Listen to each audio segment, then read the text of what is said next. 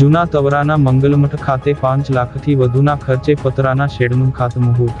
ભરૂચ તાલુકાના પવિત્ર નર્મદા તટે આવેલા જૂના તવરા ગામના મંગલમઠ કબીર આશ્રમ અને વેરાઈ માતાજીના મંદિર પરિસરમાં 5 લાખથી વધુના જંગી ખર્ચે નિર્માણ પામનાર પતરાના શેડનું વિધિવત ખાતમુહૂર્ત સંપન્ન થયું છે.